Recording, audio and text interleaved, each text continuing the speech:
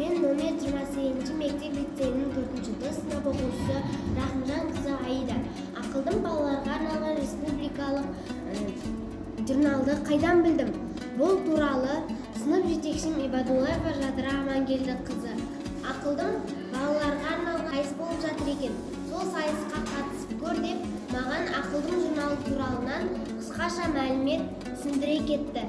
Балалар, қолымдағы менің Ақылдым журналы. Бұл республикалық журнал. Осы Ақылдым журналына балалардың арасында әр мектептен, облыстардың ішінде, қалалардың ішінен, аудандардан үздік оқушыларды шақырып жатыр, дарынды оқушыларды байқауға.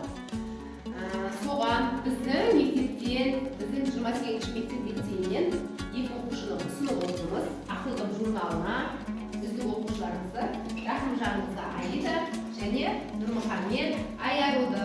Құдай қаласа жеңіспен оралыңыздар байқауға.